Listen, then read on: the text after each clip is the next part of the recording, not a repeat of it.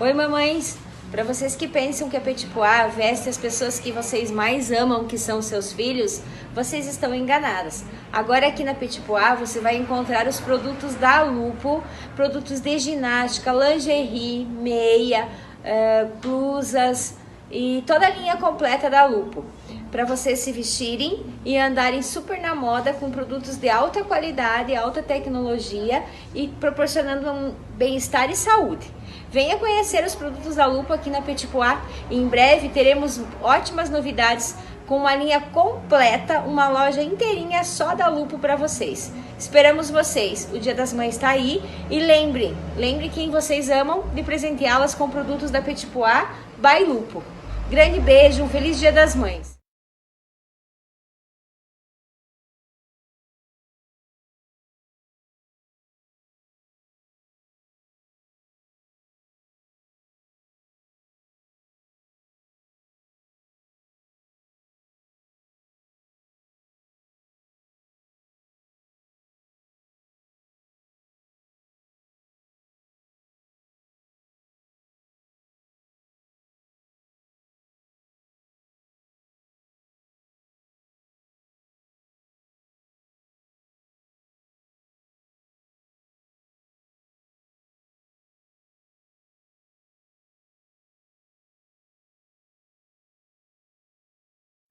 Oi, mamães!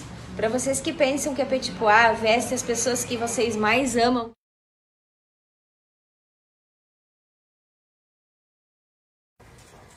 Mãe, você é minha heroína, aquela que me deu a vida e me ensinou a lutar por ela.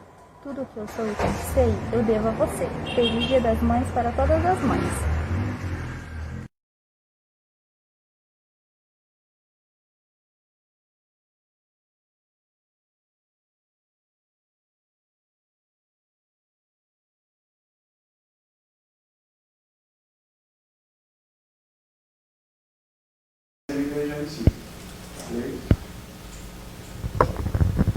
Seja muito bem-vindo, você acompanhando a nossa transmissão aqui pelo Facebook, direto da CDL de Caçador, no programa Entrevistas, e a gente chegou ao final deste programa de entrevistas, na semana que antecede o Dia das Mães. Eu gostaria de dar uma boa noite para você que está acompanhando, compartilha, marca os amigos, porque a partir de agora a informação, a alegria, também o entretenimento, histórias e também muita motivação na noite de hoje. Boa noite, eu sou o André Alves, estou aqui com ele, o Emerson Pegoraro, ele que é presidente da CDL, seja muito bem-vindo à nossa transmissão para dar as boas-vindas a todos os nossos telespectadores. Boa noite, Emerson. Boa noite a todos os telespectadores, boa noite também a dona Alice, que é a nossa palestrante de hoje. Com muita alegria e muita satisfação que nós estamos aqui realizando esse encontro tão especial através do nosso Facebook. Nós não queríamos deixar essa data passar em branco, uma data tão especial que é o Dia das Mães, né? Nós sempre fizemos os eventos para nossos associados, mas esse ano nós resolvemos abrir para toda a comunidade. A Câmara de Dirigentes e Lojistas de Caçador agradece a presença de todos e convida a todos, toda a população, para participar de nossas redes sociais, para ficar por dentro das ações da nossa entidade. Boa palestra a todos. Obrigado, Emerson Pegoraro. Em seu nome, agradeço a toda a equipe, que proporcionou a qualidade de som e imagem, a toda a equipe, por esse programa de entrevistas. A gente vai estar conversando hoje com a senhora Alice Kirten, mãe do tenista Gustavo Kirten, carinhosamente conhecido como Guga. Ela que é presidente também do Instituto Guga. A senhora Neide Yoshida, já convido para se aproximar aqui com a gente, diretora-geral da Pai de Caçador, a gente pede que ela se acomode aqui com a gente, agradecendo demais. Por favor, fique à vontade, tá, querida? Seja muito bem-vinda. E também a senhora Silmara Moraes, diretora pedagógica da Pai aqui de Caçador. O tema da conversa, seja muito bem-vinda, querida. Que bom ter você aqui com a gente nessa noite maravilhosa. O tema da nossa conversa de hoje é o superpoder de ser mãe. E a gente vai estar conversando. Eu vou pedir licença aqui para tirar minha máscara, para a gente estar conversando com ela que está à distância, e para a gente é um prazer trazer esse currículo aqui. Para começar a nossa conversa, gostaria de dar as boas-vindas à dona Alice Kirten, Ela que está à distância, mãe lá do Rafael, do Gustavo e também do saudoso Guilherme Kirten, uma super heroína aí da vida real, onde não tem roteiro, não tem script, as coisas simplesmente acontecem da forma que tem que acontecer. Sempre se dedicou a sua vida pelas causas sociais e acompanhou seus filhos aí com muito amor, carinho. Nascida em Blumenau, no estado de Santa Catarina, a assistente social aposentada, está à frente do Instituto Guga Kirten desde 2000. Como presidente da instituição, ela aposentou-se aí como assistente social na antiga Telesc, Telecomunicações, hoje conhecida como Oi, aqui do estado de Santa Catarina. Foi diretora-geral da Fundação Catarinense de Educação Especial, foi delegada da Federação das APAES da região da Grande Florianópolis entre 95 a 1997. Foi membro do CONED, Conselho Estadual dos Direitos da Pessoa com Deficiência. Foi membro também do Comitê de Ética e Pesquisa Unisul entre 2011 e 2013. Foi vice-presidente da Federação das APAES do estado de Santa Catarina, é atualmente presidente da Federação das APAES do estado de Santa Catarina, membro do Conselho Consultivo aí do ICOM, Instituto Comunitário da Grande Florianópolis, e membro da diretoria da APAE de Florianópolis. E se me permite colocar ainda mais aqui nesse currículo, uma pessoa maravilhosa que nos motiva nessa semana que antecede a semana do Dia das Mães. Representa muitas mães que saem de manhã, voltam à noite para casa, que fazem o bem sem olhar a quem, muitas vezes são mãe e pais ao mesmo tempo. Com vocês, senhoras e senhores, moças e rapazes, meninos e meninas, nesse bate-papo, dando as boas-vindas a ela, a dona Alice Kirten. Seja muito bem-vinda à nossa conversa de hoje. Boa noite. Boa noite, obrigada, meus amigos, minhas duas amigas e colegas de APAE, né? Boa noite, é um prazer poder... Eu não vou fazer nenhuma palestra, né? Na realidade, nós vamos fazer um bate-papo, né? Eu acho que eu não sou dona de nenhum saber diferente das demais pessoas que estão aí e espero poder corresponder, não decepcioná-los. Não sou isso tudo que ele mencionou ali, não. Isso são só cargos que a gente ocupa no momento, né? Ainda sou voluntária do CVV, se eu dizer isso, que eu acho uma das coisas mais importantes, é ser voluntária do 188, nesse momento que a gente vive hoje, é muito importante. Mas eu estou muito feliz de poder estar aqui com vocês e espero corresponder.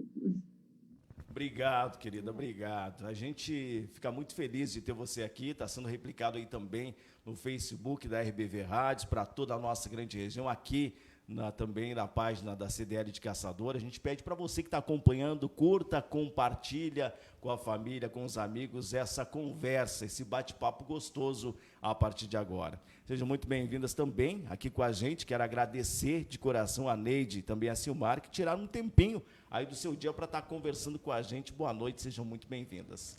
Boa noite a todos. Gostaria muito de agradecer ao senhor Emerson, né, e a iniciativa da CDL de propiciar esse evento e aberto à comunidade. Para nós é uma honra imensa tê-la, ainda que à distância, dona Alice, né, a senhora realmente representa tudo isso que o André falou e muito mais. A gente que está nessa caminhada de APAE de muitos anos, sabe de todo esse histórico e da importância de todo esse trabalho que vem sendo construído. Então, uma honra para nós estar aqui nesse bate-papo.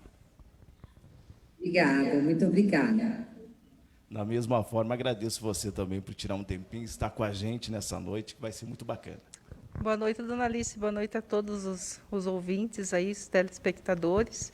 É uma satisfação a gente poder fazer parte desse momento, né? Com certeza a dona Alice representa as nossas mães apaianas, né? Hoje representada por essa figura tão especial, que a gente tem um carinho tão grande, que já tivemos o prazer de recebê-la na nossa casa, na nossa APAE, na nossa cidade, e agora a gente poder ficar longe, mas pertinho, né? De certa forma, bem pertinho da senhora nesse momento. É uma satisfação. Obrigada. Eu queria só aproveitar, André, né? Isso. É André, isso, né? Isso. E pedir licença que eu não cumprimentei a todos os nossos ouvintes, né, através do YouTube, Facebook, rádio.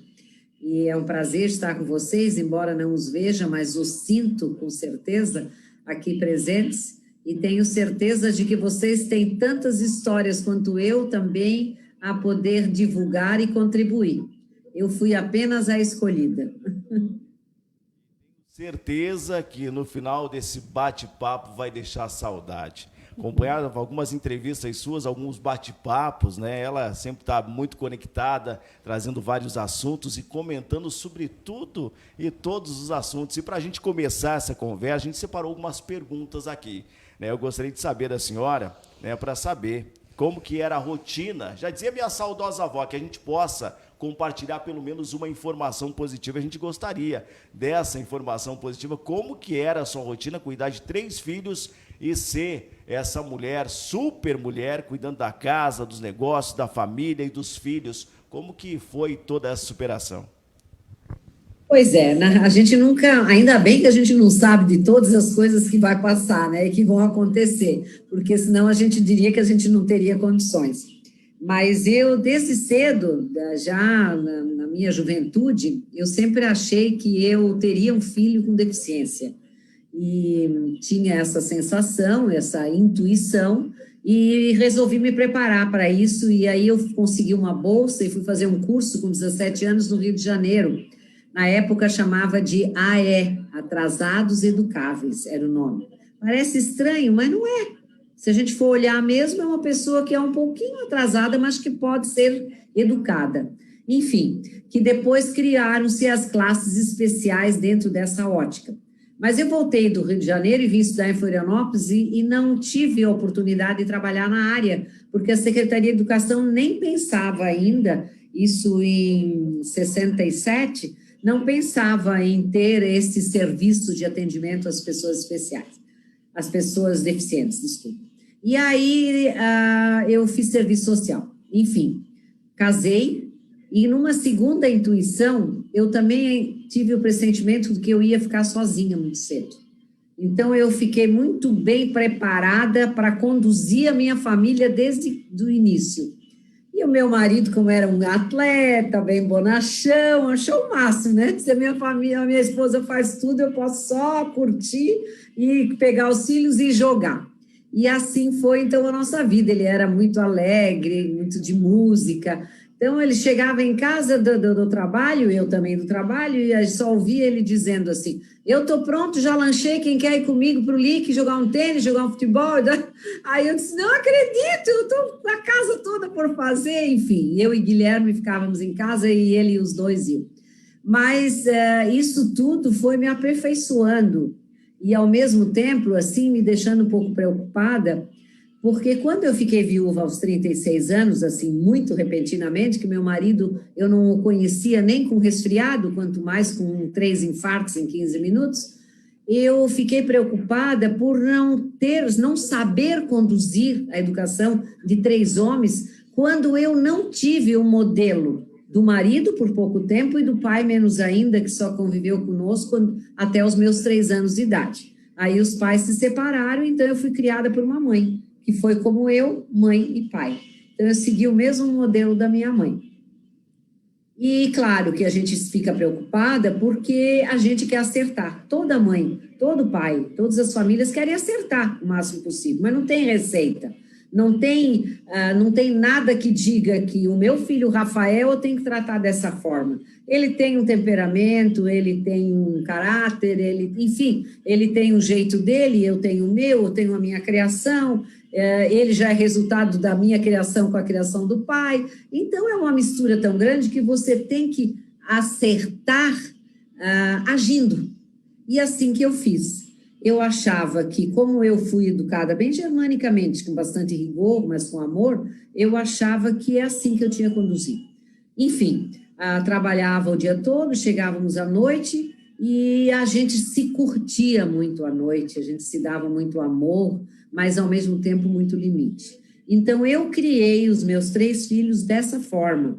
E quando eu perdi meu marido, na realidade, ele custou aceitar o meu filho com a deficiência, porque ele era um atleta desde os 12 anos também, ele jogava basquete, ele via no Guga já um super atleta, ele achava que o Guga ia ser um super atleta, e que o Rafa também. Então, para ele, a deficiência não estava nas palavras que ele conhecia. E ele ficou muito revoltado durante 2 anos. E foram os piores anos para mim, porque foram os anos que o Guilherme não dormia. Ele nunca dormiu. Na realidade, ele dormiu depois dos 25, 3, 4 anos antes de falecer, ele começou a dormir algumas horas, assim. Ele dormia muito pouco, porque ele não tinha o freio inibitório, então ele fazia aqueles espasmos, não tem? Frequência, e aí eu tinha que ficar com ele no colo. E a gente se revezava, eu ficava até 6 horas da manhã, das 6 às 8 eu tinha uma moça que trabalhava conosco, e ela cuidava dele para eu dormir um pouco, às 8h30 eu já tinha que bater o ponto no Telesc. Então, assim foi, ninguém morreu, não estou reclamando disso, foi um aprendizado, eu me desgastei bastante, obviamente, e nesse inteirinho, essa história é um pouquinho comprida, mas eu acho que vale a pena, porque até para nós, como mães e pais de deficientes, é muito importante a gente ver que não tem caminhos prontos, e essa história também dizer que bom, que eu fui abençoado, que bom para nós, não é verídico, sabe? Você ama demais aquele filho, mas se você for colocar num planejamento de vida, você não gostaria de ter, porque é uma criança, uma pessoa que requer esforços, tratamentos diferenciados. Então, não é todo mundo que tem essas condições. Então, eu sempre digo, quando a gente ama, mas ele não está nunca no planejamento de vida, nunca está. E aí eu sei que nesse aprendizado dos 2 anos tendo que batalhar sozinha, uma vez teve um filho de um amigo nosso, que é irmão, faço questão de dizer que é tão verídico que eu vou dar o nome da família. Ele é irmão do Scherer, o nadador. Nós éramos muito amigos como família, de frequentar o mesmo clubezinho, né? Antigamente só se ia um clube, mais nada, hoje em dia não se vai mais, porque a gente faz, os condomínios tem, mas a gente ia um clube e lá ficava os fins de semana. E esse menino, era um menino sadio, ótimo, mas ele teve um vírus do resfriado que atacou o coração. E ele ficou em coma e tudo. Aí o meu marido viu que os filhos sadios podiam ter um problema. E que não era o Guilherme, por ser deficiente intelectual, com PC e micro, que poderia ser o nosso maior problema. E aí ele resolveu, de uma hora para outra, aceitar o Guilherme. E foram os 3 últimos anos da vida dele, com muito amor, com muita dedicação, se envolveu na paz, se envolveu na fundação, envolveu em tudo. Aí faleceu. Então, foi todo um aprendizado, sabe? Para ele, para mim. E aí, só que ele não viu as convulsões. Depois dos 5 anos é que Guilherme começou a convulsionar muito, 6, 7, 8 vezes no dia. Então, a gente tinha bastante dificuldade. Também na escola onde ele estava, as pessoas que tratavam ele na própria PAI ficavam preocupados, me chamavam o tempo todo, enfim. Então, isso tudo para colocar que parece que tudo tem um sentido, né? Na vida, tudo tem um sentido, tem um porquê, e a gente vai aprendendo. Então, esse meu grande medo, meu Deus, os 3 filhos homens, como que eu vou criá-los? Como que eu vou fazer deles bons homens? Como? Se eu não tenho modelo, eu vou ter que criar um modelo aqui para mim. E esse modelo foi criado em conjunto. Eu criei a minha família junto com os meus filhos. Desde o instante que eu fiquei viúva, a gente fez um pacto na noite do velório. Nós vamos nos criarmos juntos, sem nunca ninguém falar alguma coisa ou decidir alguma coisa sem consultar o outro. E isso continua até hoje. História, senhoras e senhores, né? Deu para ver que esse bate-papo, a senhora falando e eu passando um filme na minha cabeça aqui, realmente de emoção, né, de superação. Agora você já pode fazer a última pergunta, viu? Não posso não, a gente tem conteúdo aí. Tenho certeza que a senhora tem muito material para explanar para a gente. Uma superação, mãe e pai, criando os filhos. E agora a gente entra lá no Gustavo, né, carinhosamente conhecido como Guga, né, essa pessoa maravilhosa que nos incentiva muito e, claro, que tem uma guerreira do seu lado. Eu digo que Tem um ditado popular que diz que atrás de um grande homem sempre tem uma grande mulher. Mentira. Do lado. Eu sempre fui assim, minha avó sempre falava para mim que é do lado. Então a senhora sempre está do lado dos projetos. E como apostar numa carreira de tênis que não era muito difundida no Brasil, não era popular naquele momento, acreditar no sonho, pegar na mão junto e dizer vamos que vai dar certo. Pois é, por incrível que pareça, quem jogava tênis com 10 anos era eu. Não era nem meu marido. Ele jogava basquete. E nós, em Brusque, sei lá, a gente, como eu falei, a gente foi criado assim, sempre tendo um clubezinho perto, sabe? E o meu avô fazia aquela ginástica olímpica, enfim, eram pessoas muito simples, minha avó era até analfabeta, mas sempre vinculado ao esporte. A minha mãe fazia o vôlei, depois ela me colocou numa escolinha pequena de tênis que tinha. Mas por eu desenvolver só o meu lado direito no tênis, na época não se tinha essas fisioterapias que tem hoje, o médico achou que eu devia fazer esporte com as duas mãos. Aí por isso que eu fui para o vôlei, basquete, conheci o meu marido como professor de basquete e ali casamos e nasceu essa história toda de nascerem mais atletas. Obviamente, o tênis começou depois de casado com o Aldo, na nossa família. E a gente, como só fazíamos isso, não éramos de festa, nada, o que a gente fazia é ir num clubezinho qualquer para jogar alguma coisa, a gente jogava o tênis. E aí as crianças, a partir de um mês, no Bebê Conforto, já iam junto, sentadinho lá, olhando. Aí um já tinha 3 anos, nasceu o outro, ia lá no Bebê Conforto, e assim ia. Então, eles foram criados assim. E o Guga e o Rafa, desde os seus 2,5, 3, já caçavam a raquete, né? A raquete era maior que eles, mas eles levavam junto. E o meu marido teve esse insight de que tínhamos que apostar no Guga, porque ele era o melhor, ele era o com mais garra e tal. Mas isso, assim, uma coisa muito informal. Bem, ele faleceu e o Guga era bom no futebol e bom no tênis. E bom em tudo que fazia. Meu marido também jogava tudo bem. E o Rafael também. Enfim, onde eu trabalhava, a gente criou um clube chamado Astel, que era a Associação dos Empregados da Telesc, para dar oportunidade dos filhos, a partir dos 3 anos, poderem ser educados ali dentro, no contraturno da escola. E ali, tanto que desse tipo de atendimento nasceram os nossos projetos do IGK também. Tudo tem uma história, assim, né?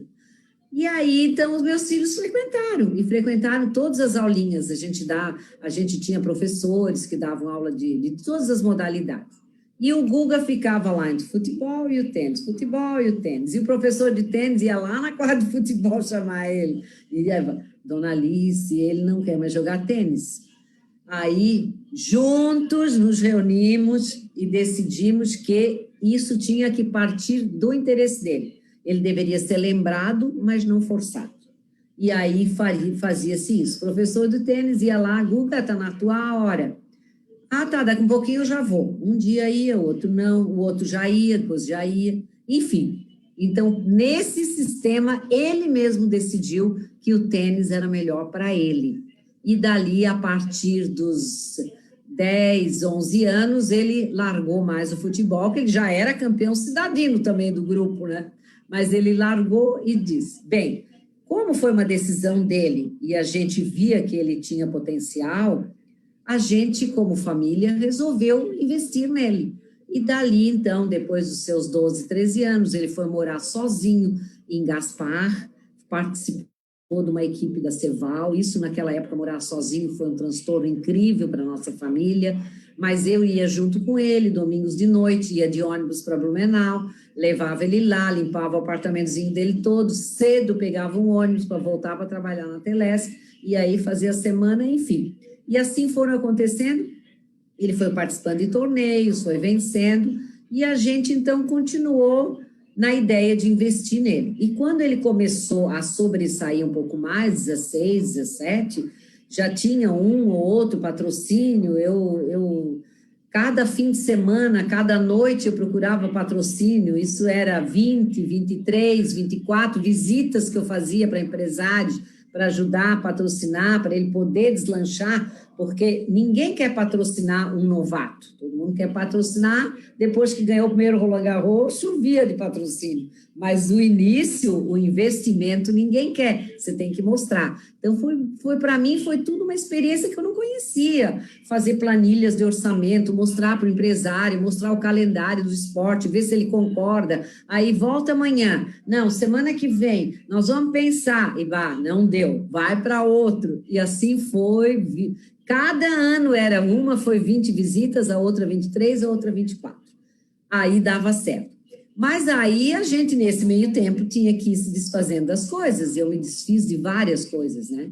Me desfiz das poucas joias que eu tinha, mas me desfiz. Eu me desfiz de piano, me desfiz de um outro carrinho que tinha. A gente foi se desfazendo, foi soltando essas coisas pensando nele. Quando a gente ia vender a casa para morar numa um pouquinho menor, surgiu um patrocínio um pouquinho melhor. Então, aí, por isso que eu digo, não foi nada assim imposto, as coisas foram acontecendo, sabe? As decisões foram tomadas em conjunto, e aí a gente foi apostando, assim, acreditando, mas acreditando que ele poderia ser um número 1 do Brasil, né? Sei lá, nem passava na cabeça número 1 da América do Sul, mas no Brasil já era legal, já era bacana, né? Suficiente. E aí, depois, as coisas foram acontecendo com muita dedicação, com muita perseverança dele, sabe? Dedicação, perseverança, disciplina, porque uma das coisas que a gente não abria mão como família é que ele fizesse segundo grau completo, e isso causou bastante dificuldade, porque ele tinha que viajar, cumprir calendários, ele tinha que levar o material para estudar fora, quando vinha tinha que prestar as provas, e eles ainda me chamavam para ver, para a gente acreditar que ele não estava que não estava colando, que não estava sendo ajudado por ninguém, que era uma coisa que a gente, como família, não queria. Ele tinha que estudar para aprender, não é estudar para passar, estudar para aprender. E, graças a Deus, eles sempre foram muito estudiosos. Ele nunca tirou nota abaixo de 8, isso frequentando pouquíssimos dias de aula, praticamente só fazendo provas. Então, foi, assim, uma dedicação muito grande dele. E ele alega isso, que a força veio da família, porque ele viu que nós também fazíamos esforço aqui. O Rafael abriu mão de um jogo maravilhoso que ele tinha uma técnica exuberante, mas por quê? Alguém tinha que ficar comigo? Como é que eu, trabalhando fora, com filho com deficiência altamente dependente, sem nenhum dos 2 filhos, ora aí, não ia dar certo. Então, ele decidiu que ia ficar com 14 anos. Eu comecei a trabalhar com 14, e ele também com 14, já dava aula de tênis. Então, tudo isso, dava aula, estudava. Então, cada um foi fazendo o seu papel. E isso tudo, segundo o Guga, o empolgou. Eu vou fazer o meu. O que é o meu? O meu é desenvolver o talento que eu tenho, me deram chance de ter um professor maravilhoso, eu vou aproveitar. Então, isso, eu sei que lá adiante você deve me perguntar o que eu diria, né, para os pais, mas tem que aproveitar esse momento para dizer que realmente os pais, se eles têm um filho que tem um potencial para o esporte, para qualquer coisa, tem um potencial, e você acha que aquilo é bom para ele, você tem que investir nisso.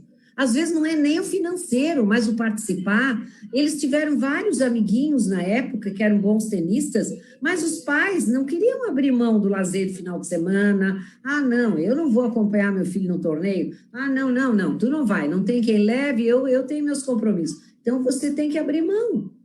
Claro que eu, por ser sozinha, eu não podia acompanhar tanto que eu tinha meu filho. Meu filho, como eu falei, muito convulsivo, não podia levar a qualquer lugar. Mas aí eu entregava ele para uma outra família, e a outra família levava, cuidava para mim, e quando eu podia, eu ia.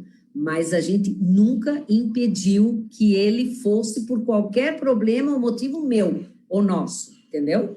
Então, isso que eu acho que é o grande incentivo dos pais para a vida dos filhos, né? Seja a carreira que for. É você abrir mão das tuas coisas e acompanhar ou facilitar, né? Porque hoje a gente tem ainda um grande competidor que é a tecnologia, né? O telefone, as redes, é uma competição incrível com as atividades que você tem que abrir mão desse equipamentozinho chamado celular. Então, a gente tem que realmente se dedicar. sabe? E a gente vê isso nas pessoas que se dão bem no desenvolver qualquer potencial. Você tem que ter alguém que te estimule, que incentive. E se for a família, então, maravilhoso, porque não são só glórias, são derrotas, são desânimos, são uma criança também. Ele começou criança, tinha desânimo. Quando ele ia para a rodoviária para pegar o ônibus para ir para a equipe, os outros iam no baile carnaval no domingo de noite. Aí chegava lá segunda e terça, já aconteceu uma vez, por exemplo, segunda e terça de carnaval com 13 anos, os outros amiguinhos não foram, mas ele foi. E aí ele foi treinar sozinho com o boleiro. Aí quando chegou às 9 da noite, ele vai num orelhão e diz, mãe, eu quero ir embora. Ninguém veio, só eu. Eu quero ir embora. Mas, meu filho, 9 da noite, onde é que eu vou arrumar agora? Onde é que você vai arrumar um ônibus para voltar? Não sei, mãe. Desesperado. Eu quero ir embora. Eu não subo mais para o apartamento. Eu não estou bem. Meu Deus. O que fazer? Florianópolis, ele, Gaspar, me lembrei da minha mãe em Brusque. Mãe, pega um táxi, seja lá o preço que for. Pega um táxi, vai buscar esse menino lá em Gaspar, traz ele para ti, amanhã bota ele no ônibus para cá. Meu Deus, foi para ele como ganhar na loteria.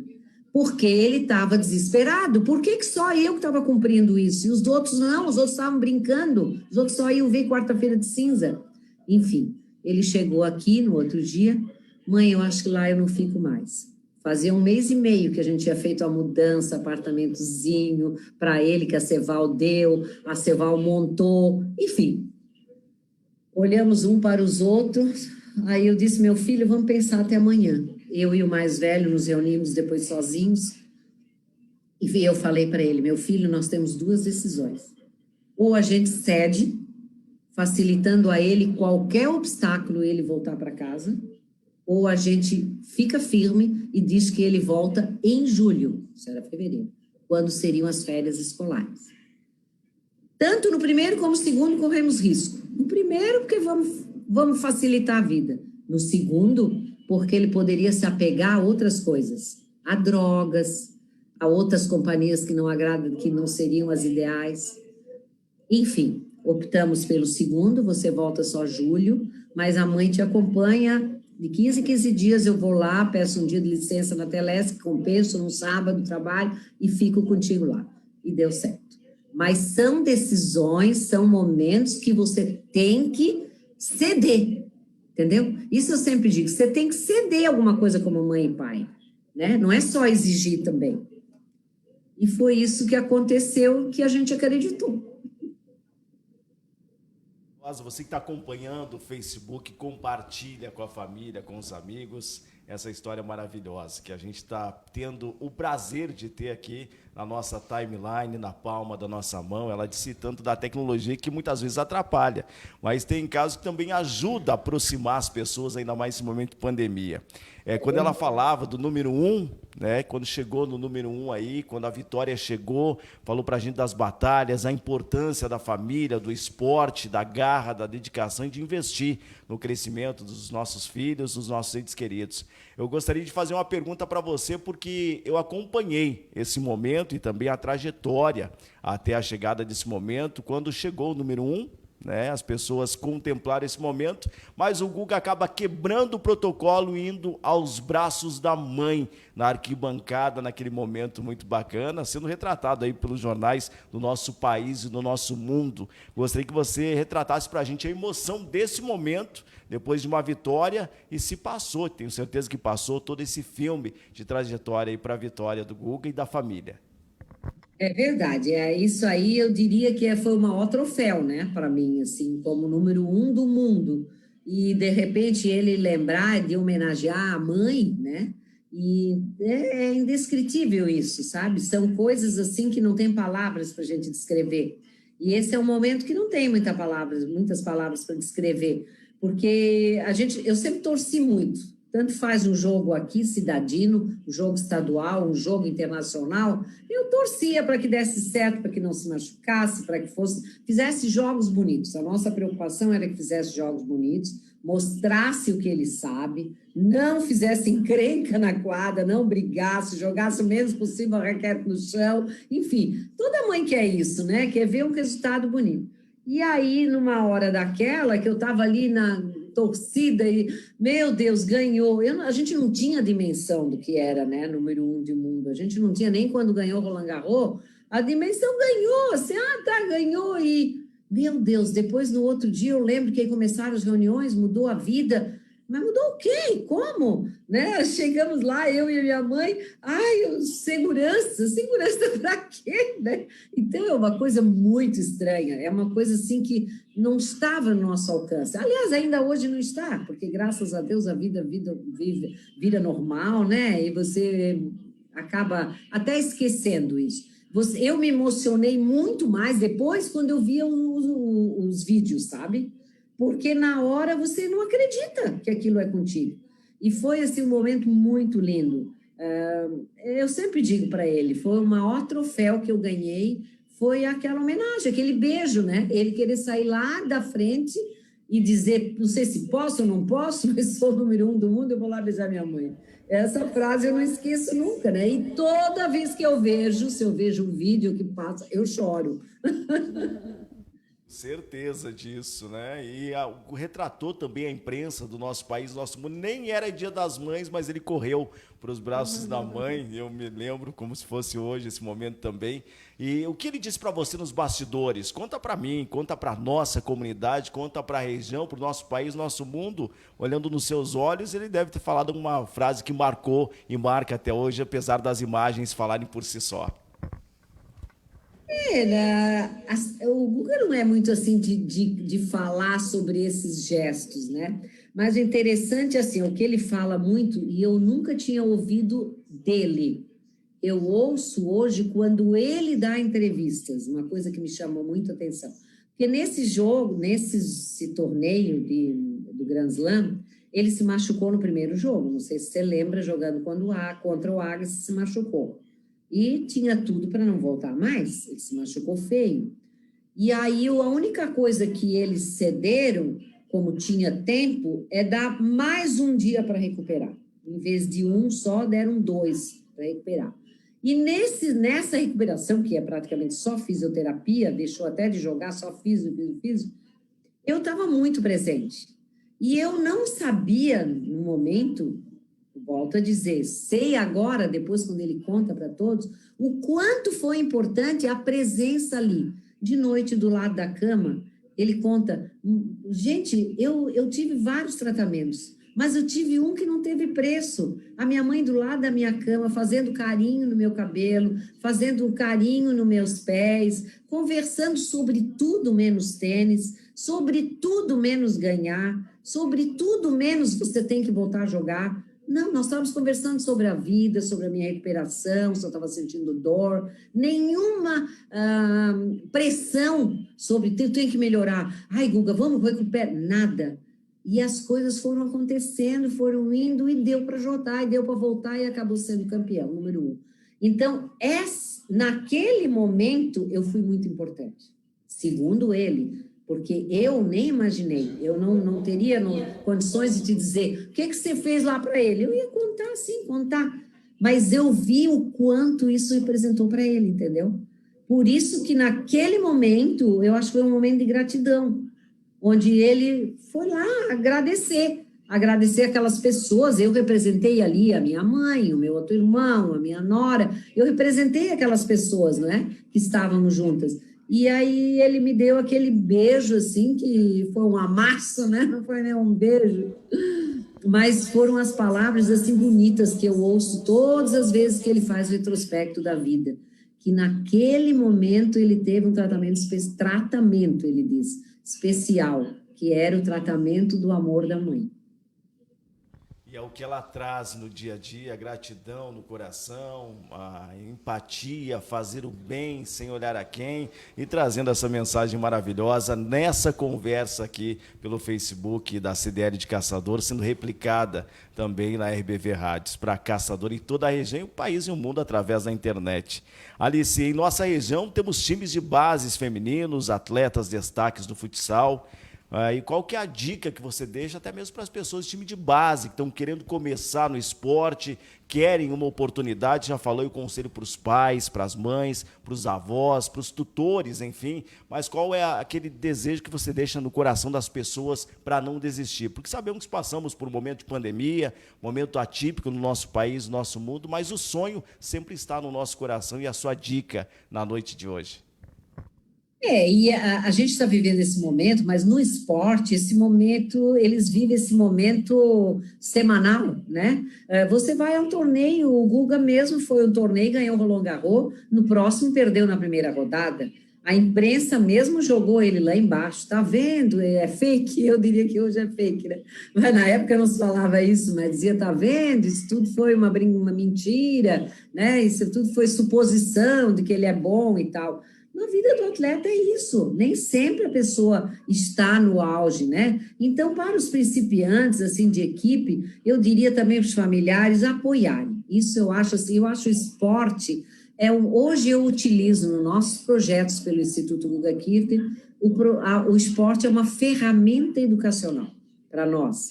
E ela é uma ferramenta educacional na vida, entendeu? Porque ela é competição, mas ela também é amizade, ela é solidariedade para com o outro e, ao mesmo tempo, é você mostrar o que você sabe mais. Então, ela trabalha com esses opostos, né? Ela não é só competição também. Ela tem todas as regras, o futebol, enfim, também o futebol, os esportes coletivos, eles têm coisas que você tem que seguir. Isso é muito importante, é disciplina. Então, o esporte trabalha muito isso. E, além do que, é saudável, né? É uma coisa que se mexe com o físico, que mexe com a mente.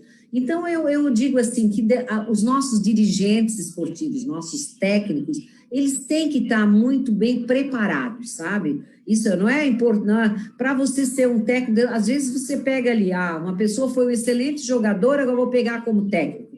Mas ele tem que ter uma preparação. Ele tem que ter uma didática, ele tem que ter uma psicologia diferente para lidar, né? Porque ali, quando você é atleta, você disputa. Mas quando você vai ensinar outros atletas, eu me preocupo sempre se a gente tem essa preparação, entendeu? E é isso, eu digo sempre, dar apoio e mostrar a ele que o esporte é isso, não é só vitória. Você, aliás, só analisa na derrota que você vai analisar as formas diferentes, você vai conquistar outra vitória, né? O que eu errei? Isso é que era muito, se fazia muito, o técnico dele, Larry, fazia muito isso, né? Às vezes era assim, acabou o jogo, tudo, perdeu, vamos jantar. Não se fala de esporte, não se fala mais nada, não se cobra nada, tal. Lá no outro dia, quando você vai treinar de novo, aí você começa a comentar e analisar o que você fez de errado naquele jogo. Você está vendo? Lembra de ontem, onde você não usou esse golpe aqui, você lembra? Lembra o teu adversário? Ele tinha isso aí. Então, aí é que você consegue. Mas, às vezes, a gente não tem isso, é aquela afobação. Aí os técnicos já brigam, e já, sabe? Então, tem muito, muito detalhe que nem eu, como mãe, vou saber falar sobre os técnicos. Mas eu diria que os familiares é muito importante. Uma outra coisa que a gente evitava fazer quando o Guga voltava, porque para o Guga vir para casa era um remédio. Ele estava jogando lá 3, 4 semanas no exterior, de repente ele perdia, dava 3 dias. Vinha uma noite viajando, ficava um dia aqui, a outra noite viajando, voltava. Eu disse, meu Deus, Gustavo, você vai viajar 12 horas de avião, 14, às vezes 15, vem aqui, fica aqui um dia para voltar. Eu fico. Porque é aqui que eu me recupero, que eu ganho as forças de novo, enfim. Não se falava do esporte aqui, só da vida. E é o que fizeram, vamos fazer, deixa isso, faz aquilo, bababá, pronto. Então, era realmente um outro ninho, entendeu? Que ele vinha. Então, essas coisinhas assim, eu não estou dizendo que vai dar certo para todo mundo, mas para nós deu. Então, a gente tem que falar das coisas que deram certo, das coisas que eu vejo que com outros, às vezes, as cobranças, né? Eu já vi quantas crianças sair de jogos chorando, de desistir do esporte, porque aqui fora o pai já estava brigando, né? Já estava cobrando dele. Enfim, eu estou contando o que deu certo para a gente, né? Mas não é uma receita, tá? Volto a dizer, não é uma receita. Receita, tenho certeza que as amigas, né, o pessoal mais próximo, alguém quando chega perto de vocês deve pedir dessa receita, e se tem uma receita mágica, né, mas só a título de curiosidade, mas eu gostaria de saber se alguém pergunta, ou muitas pessoas perguntam sobre isso. Quer ver como as pessoas perguntam assim, o que é ser mãe? Elas fazem assim, o que é ser mãe do número 1 do mundo? Aí eu pergunto para elas assim, você tem filho? Tenho. Quantos? 3. O que é ser mãe para os seus 3 filhos? É isso, pois é. Ser mãe, não importa se ele é número 1 ou número 1000, é ser mãe. E ser mãe, todo mundo quer ser a melhor mãe. Todo mundo quer ter o melhor filho e tem, porque para aquela mãe, o filho dela é o melhor. Para mim é o meu, para dela é o dela. E assim vai, não tem uma receita que diga, mas eu queria tanto, eu ia amar ser mãe do Guga. Eu disse, não, você vai amar ser mãe dos teus filhos. Você pode ser uma ótima amiga do Guga, pode ser uma ótima torcedora, não é verdade? Mas a gente entende que é aquela coisa, sabe, a sensação de falar e isso é uma coisa, gente, que, como é que eu vou explicar? Esse auge, assim, isso não existe. Isso existe fora. Isso não existe nas pessoas aqui que estão vivendo isso, sabe? Porque isso é uma coisa momentânea. Não sei se vocês lembram que o Guga sempre dizia, e eu digo isso, eu digo primeiro, e na mesma hora que a gente levanta um troféu, nós tínhamos em casa, e isso me fez crescer como ser humano, a diversidade que eu vivia. Eu tinha 3 filhos.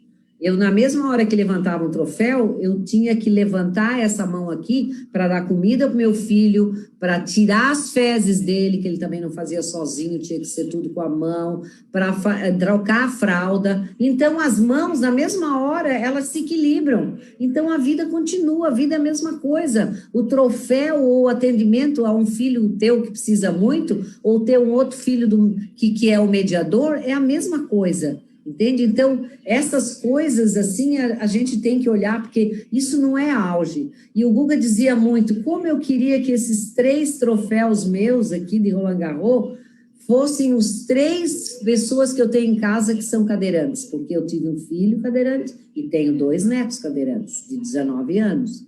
Eu tenho 2 netos do meu filho mais velho. Então, aqueles 3 troféus trocados por essas 3 pessoas que pudessem andar, meu Deus, quem é que não gostaria?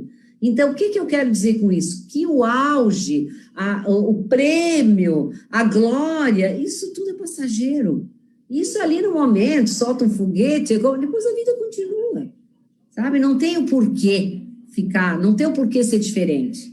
E talvez você já mencionou, isso cada dia mais empolga a gente, eu perdi o meu filho com 28 anos, viveu muito mais do que o médico previa, ele previu 7 anos, 14, aí não previu mais, e ele foi até 28. Então, por que não ajudar os outros a terem uma vida, pelo menos, digna, né, e com mais condições? Isso que te empolga. Eu acho que isso é o grande prêmio que fica na gente, sabe? Não é o festejar o auge, a glória, e sim o fazer alguma coisa, ser alguém para alguém nesse mundo, né? Senão ele não tem sentido, porque o mundo não é só vitória, né?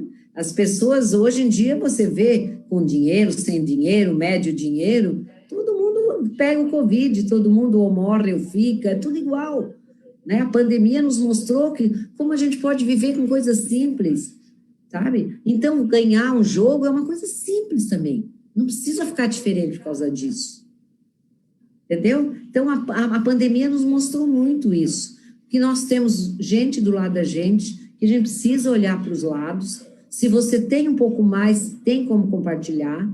e que nós precisamos de muito pouco para ser feliz. Gosto quando você coloca essa parte. Precisamos muito pouco para ser feliz e até ouso aqui acrescentar que nu viemos e nu voltaremos, viemos para servir, não para ser servidos, e você pratica isso no seu dia a dia, no seu trabalho, nas suas falas, que motiva. A gente sempre conta aqui na nossa programação em Caçador e toda a região histórias da vida real onde não tem roteiro, não tem script, não tem o tal lá do ensaio, e você nos traz isso como mãe, e como um ser humano incrível, mãe do número 1 do mundo, mas também mãe daquele que queria trocar os troféus pelas pessoas que estavam com cadeira de roda em casa. Coisas que têm valor e outras têm preço. Parabéns. Eu gostaria que você definisse agora mãe, né? Como ser mãe, né? Como ser mãe nesse aspecto hoje da rede social, da tecnologia. Tenho certeza que você sente falta aí, não só do Guga, mas de todo o seu, né, a sua parentela, de estar mais próximo nesse momento e definir as mães e como que você se define agora como mãe. Ai, pois é, né? Ser mãe é difícil, né? Porque é um sentimento, né? Parece-me que esse sentimento maternal não significa que eu tenha que ser uma mãe. A gente tem quantas pessoas que têm esse sentimento maternal, né? Eu sou chamada por algumas pessoas, assim, que eu convivo, que ajudo. Ah, a minha mãe chegou e tal. Eu nem sou mãe deles, mas eu me sinto mãe deles, entendeu? E eles se sentem que são protegidos por mim. Então, a impressão que eu tenho, assim, que mãe, eu tenho que dizer a impressão, porque é uma coisa, assim, tão difícil. Tem filhos que são mães para sua mãe.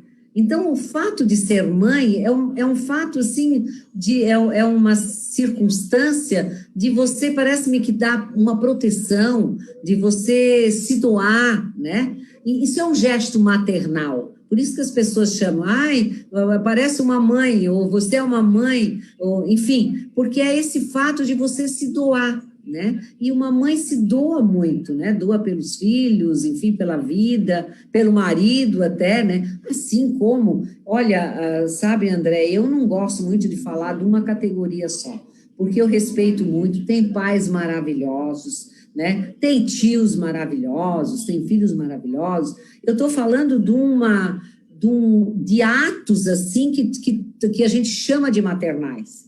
Mas não significa que uma mãe é muito mais do que um pai. Não. Hoje em dia a gente vê pais maravilhosos. Então, eu não gosto muito dessa discriminação, sabe? Eu não sou muito a favor, desculpa eu dizer, talvez eu decepcione pessoas, mas, o dia da mulher, o dia disso, o dia nada, o dia do ser humano, nós temos que ser humanos. Eu acho que se a gente for humano, ser humano, e olharmos de que nós somos feitos, segundo o livro mais antigo do mundo, por que não chamá-lo de Bíblia, nós somos feitos à imagem e semelhança de Deus. É aqui dentro que tem a centelha divina. Então, isso aí já é um respeito que a pessoa deveria ter para qualquer um próximo. Ainda mais uma mãe também, que cria os seus filhos. E a gente tem histórias de mães maravilhosas, gente. Mãe de 8, 10, 12, 17 filhos. Eu não sou ninguém com meus 3, sabe? Perto dessas mães. Me considero nula. Mas o que eu quero colocar é o sentimento maternal que a gente tem. Mas isso é um sentimento que, se a gente tivesse o sentimento de respeito de um ser humano para o outro, a gente seria eternamente maternal, porque a gente teria o olhar para o outro. E isso o ser humano está esquecendo muito, esquecendo esse Deus que está dentro dele. Está procurando as coisas tudo fora. Onde? É aqui dentro, cara. Seja você diferente. Aproveite esse momento da pandemia e olhe o que você tem de bom. E corrija o que você não tem de não tão bom, para que você seja uma pessoa humana. Eu acho que se a gente for humano, qualquer um vai ser bom no seu papel. A mãe, o pai, os irmãos. Então, é isso que eu queria só colocar, que ser mãe é uma coisa momentânea, mas o mais importante é o ser humano que está dentro desse papel do ser mãe. Bacana demais. Palavra que toca o nosso coração aqui do outro lado, dá vontade de ficar escutando você divagando e trazendo, né, esses adjetivos, trazendo essas mensagens maravilhosas que realmente dá um chacoalhão na nossa vida. Agora a gente entra também no Instituto Guga Kirten, por mais que é uma instituição não filantrópica, né, não arrecada valores, está aí para servir as pessoas, mas não deixa de ser uma empresa, né? E como gerir tudo isso, como administrar, e você que tem tempo para tudo e para todos, conta para a gente o segredo. Pois é, eu já falei que eu sou voluntária também desde os 14 anos, trabalhei e já sou voluntária desde os 14. Eu sempre gostei muito do voluntariado, sabe? Sempre achei que a gente tem algum tempo que a gente pode fazer alguma coisa para alguém. E então hoje, obviamente, eu me aposentei com 32 anos de trabalho, cedo, com 49, comecei a trabalhar muito cedo. E como é que eu iria parar? Então, se eu sou da posição de que a gente precisa de muito pouco para ser feliz, e eu já sou aposentado, por que não ser voluntário? Então, eu fui voluntária, sou de várias instituições, como eu falei, né? Instituto, Federação, a própria a Paz, que eu também sou da Paz de Florianópolis, a CVV, já falei, né? Enfim, a Federação, e a gente sempre consegue, sabe? É óbvio que quando eu criei o Instituto, por que a gente criou o Instituto? Porque como a gente sempre doava coisas que podia e tal, mas sempre teve uma filantropia. Então, a gente resolveu partir para um investimento social, não deixar de lado, investir no social. Tanto que um dos nossos grandes focos de trabalho, que é esse Fundo de Apoio a Projetos Sociais, onde a PAI ali de Caçadores, que já foi beneficiada com a minha visita e com projetos, a gente já correu o estado inteiro, eu já beneficiei 187 municípios, a gente está com projetos, com 542 projetos, em 187 municípios. Porque cada município já foi contemplado 2 a 3 vezes, porque a gente já está começando a correr o estado inteiro pela 3ª vez. Daqui a 2 semanas eu vou estar na região toda lá de Joinville, ali no Planalto Norte, eu nunca sei o nome das regiões geográficas, são 3 regiões geográficas, lá por Joinville, Mafra, Rio Negrinho, e vou visitar todas aquelas APAES que foram beneficiadas esse ano. Então, a gente começou esse trabalho através desse auxílio às instituições que atendem a pessoa com deficiência. Porque, assim, os nossos focos sempre foram utilizar o esporte como uma ferramenta educacional, atendendo crianças e jovens, e a inclusão da pessoa com deficiência. Dentro da inclusão da pessoa com deficiência, a gente ajuda a entidade que atende a pessoa com deficiência, entendendo que aí você está ampliando mais a possibilidade de ajudar o deficiente que é o atendido. E no outro, hoje nós temos aqui 500 crianças e adolescentes na Grande Florianópolis, né? São 5 projetos, cada um com 100 crianças, 50 num turno e 50 no outro turno, onde a gente atende de 7 a 15, 16 anos, depois ainda fica com eles até poder já arrumar uma bolsa de estudo para eles na universidade, já temos vários educandos nossos formados. Aliás, no nosso grupo Guga Kirten temos 3 funcionários que são antigos educandos nossos e hoje são universitários e já trabalham conosco. E então a gente investe nessas crianças, sabe? Para poder dar a eles uma oportunidade. Porque como eu tive oportunidades e o Guga teve a oportunidade de poder desenvolver o talento dele, a gente quer dar oportunidade para essas crianças das nossas periferias aqui poderem também ter essa oportunidade. Então, a gente desenvolve esse trabalho e agora assumi a Federação das APAES, que também não deixa de ser o atendimento, assessoramento às APAES, que a gente já vinha trabalhando. No fim, eu faço uma mistura tão grande que eu não sei se eu estou no IGECAL, se estou na federação. Aí eu chego na instituição e digo, ó, eu sou Alice. Tá, aí eles falam da federação, eu falo do IGECAL, não tem problema. Uma hora eu sou isso, uma hora eu sou aquilo, o importante é ser, né? Não importa quem a gente representa. Às vezes eu digo, às vezes você vai num lugar que você não é nada e acaba ajudando mais do que se você tivesse um cargo, né? O cargo é o menos importante. Aliás, eu quero aproveitar hoje, a gente teve uma audiência, entre várias coisas de hoje, com a secretária da Saúde, e ela nos garantiu que até final de maio, todos os nossos educandos das APAES e outras congêneres ligadas à deficiência auditiva, visual, etc., e professores estarão vacinados. Ela nos garantiu isso hoje, eu estou falando isso em primeira mão, acreditando que ela vai se esmerar para que isso aconteça, independente de onde ela ficar, se ela ficar aqui ou não, depois com a mudança do governo, as tratativas estão sendo feitas agora para que isso aconteça, e vacina vai ter para isso sim. Bacana, notícia boa em primeira mão aí pela Alice. Alice, a gente já vai conversar também aqui com as representantes da PAI de Caçador, né, que estão também ansiosas já para conversar contigo, né, a gente está ansioso, a nossa comunidade fazendo... A nossa comunidade também, né, pode deixar sua pergunta, a gente não sabe se vai conseguir transmitir, né, mas depois ela pode acompanhar também no Facebook e está respondendo, né, via internet. Mas antes a gente entrar nesse assunto aqui da PAI de Caçador, com algumas perguntas com as integrantes da PAI, eu gostaria de saber se o Guga passa nos projetos, quando ele passa lá no projeto, o que a gurizada fala, se ele tem tempo para isso ainda, eu acredito que seja uma festa ele passando por lá, né? Ah, passa, sim, não é tão comum, que ele agora já tem a vida dele também, tem os projetos dele, mas ele passa, assim, as crianças gostam muito.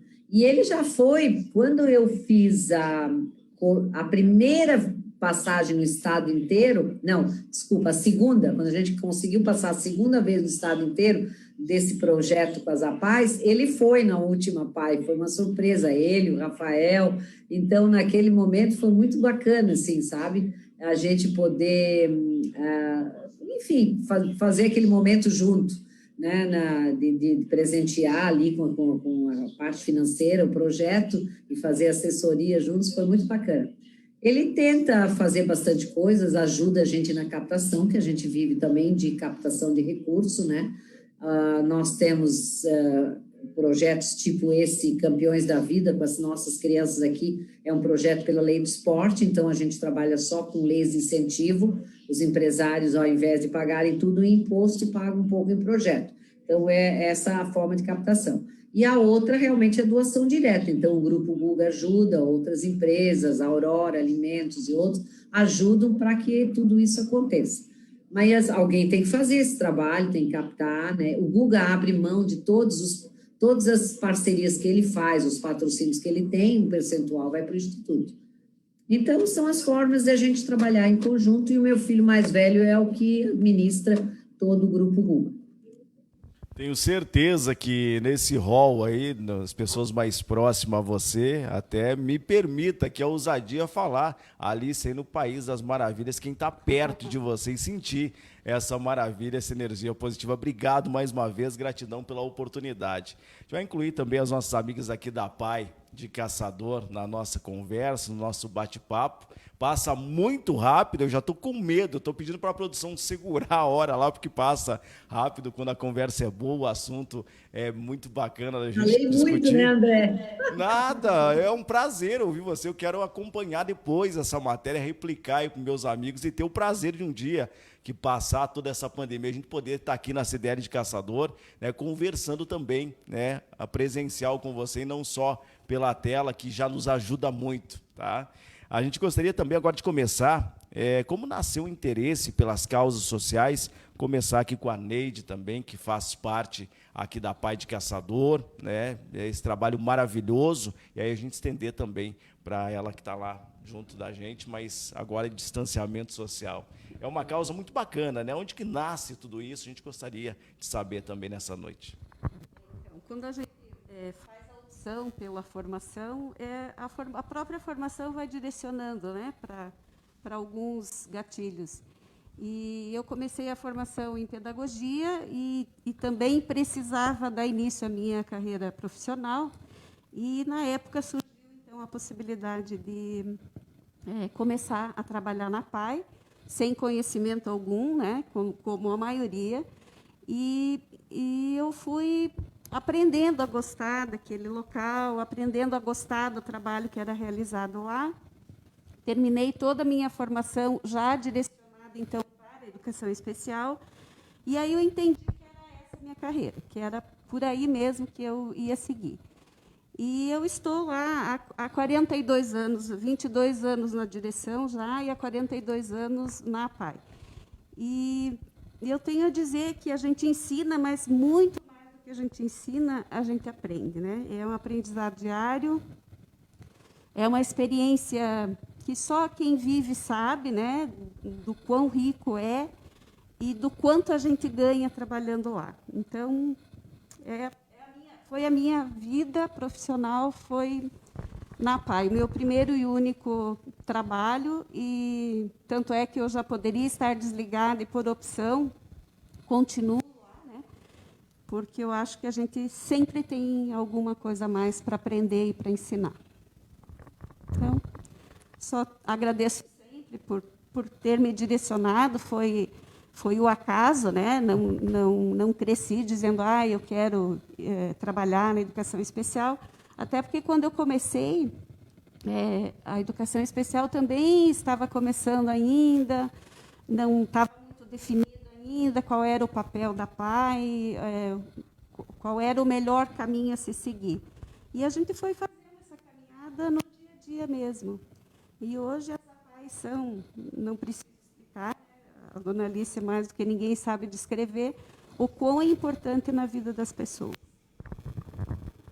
Falar como começou para a Alice, ela já explanou para a gente, né? Mas eu gostaria de mais uma pincelada, né? Para as pessoas que entraram agora, onde começou esse interesse pela causa social, de fazer o bem, se doar ao próximo e compartilhar, né? Esse botão que está muito em alta agora devido à rede social, mas que já vem feito aí por vocês, da APAI, né? Pelos trabalhos voluntários e por você também, né, Alice?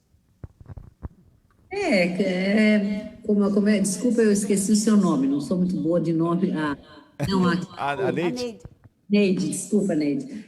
Como a Neide falou, a gente acaba, nem sabe como que começa, né? Mas, enfim, parece que a gente é direcionada para as coisas. Mas eu me lembro que, quando eu tinha 8, 9 anos de idade, eu fui criada em Brusque, né? Embora eu nasci em Blumenau, mas eu fui criada em Brusque. E, como eu falei, que meu pai nos deixou cedo, e nós fomos morar com os avós.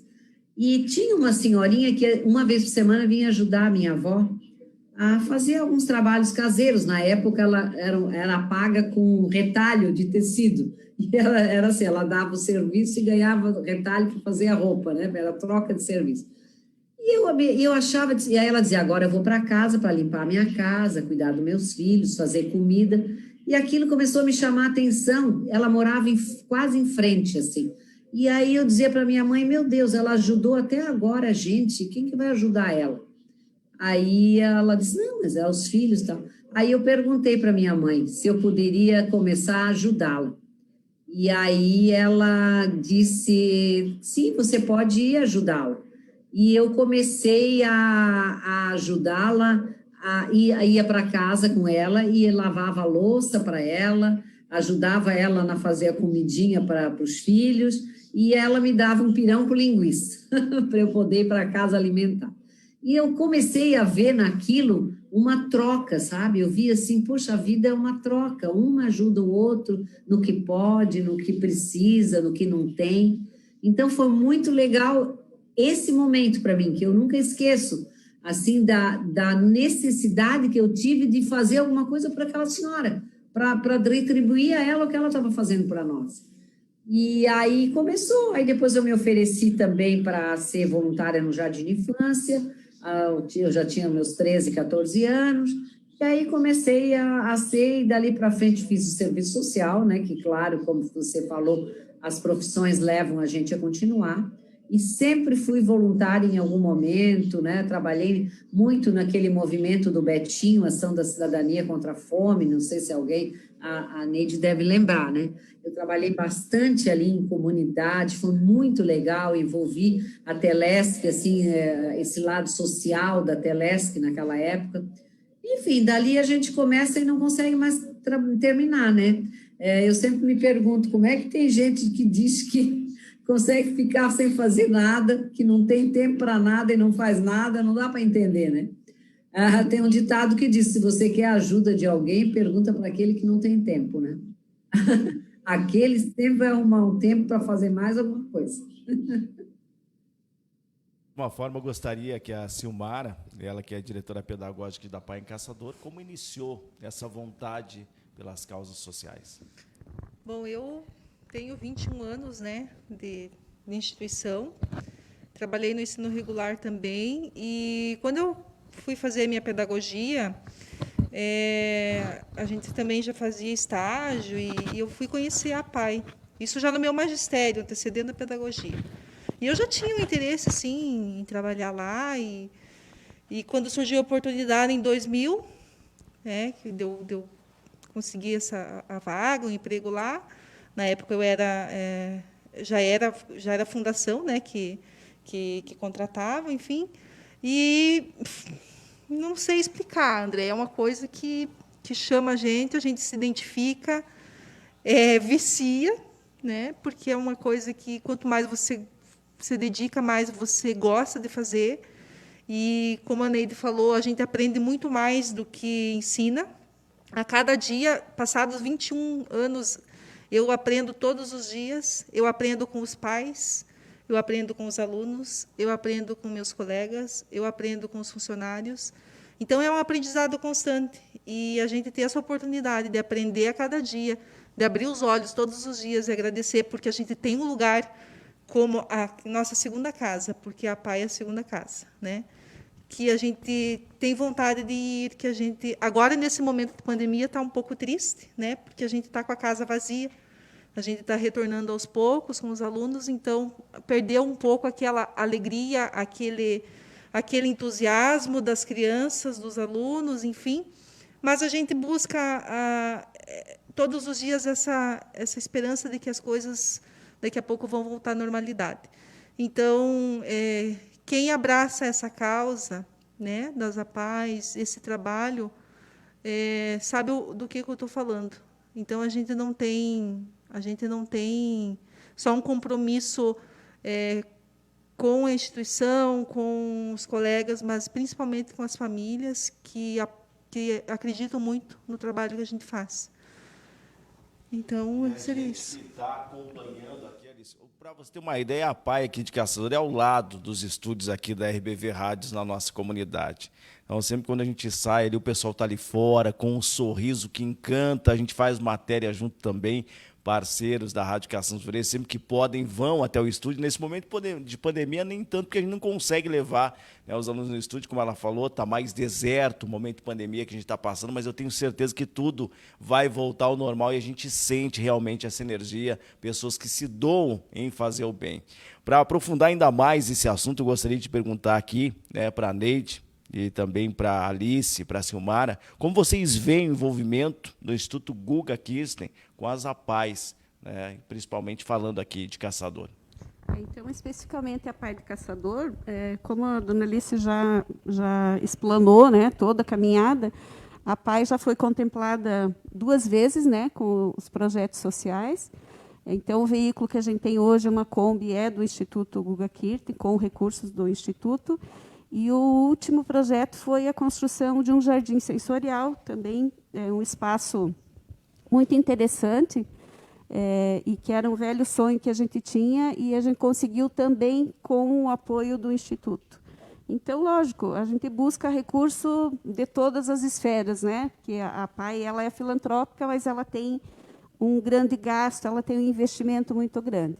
Então, é o nosso papel também, como dirigente, estar buscando esses recursos, mas o Instituto sempre foi a nossa referência. A gente, inclusive, se inscreveu com um livro de depoimentos de alguns pais, né? Concorremos lá ao Prêmio IGK, então estivemos lá numa noite muito bem organizada, também buscando esse apoio. Então, a gente só é gratidão por tudo que o Instituto representa, não só para a Pai de Caçador, mas para todas as APAES. Então, só gratidão. Silmari, para você. Então, eu acompanho muito as pessoas que fazem as visitas, né?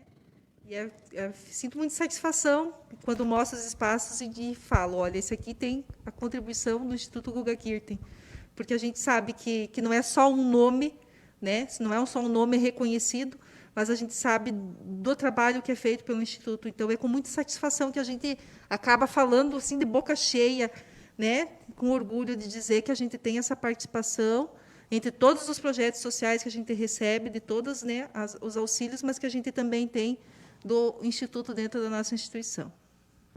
E a gente sente aqui, Alice, a gratidão, né, no olhar dessas meninas que representam, né, a APAE aqui de Caçador, mas tenho certeza que todas as APAEs do estado de Santa Catarina, o pessoal fazer realmente aquela vaquinha online, ir para o sinal, atrás de recurso, e já me passa o filme você fazendo isso na trajetória do seu filho, e hoje estendendo, né, esse empreendedorismo, a fazer a diferença na vida das pessoas. E como que você recebe hoje esses depoimentos aqui de Caçador? Eu sempre digo que eu fico muito grata. Primeiro, eu sou muito grata a Deus, né? Eu sou uma pessoa muito devota a esse Deus que eu tenho aqui dentro de mim, sabe? Porque, para mim, a vida, a religião é a vida. E Deus está nas pessoas. Então, na realidade, eu estou sempre em contato com Deus, né? Seja através da minha pessoa, dos outros, enfim. Vocês sumiram da minha frente, não sei se está certo, mas, enfim, eu estou me vendo. Então, tá bom. Não, então eu volto a dizer, eu sou muito grata por essa oportunidade que a gente está tendo de poder ser alguém para alguém, né? Porque, na realidade, a gente não está resolvendo o problema de todas as APAEs, a gente está apenas fazendo a nossa parte. Mas eu acho que se cada um fizer a sua parte, o somatório disso tudo resulta no melhor atendimento das próprias APAEs.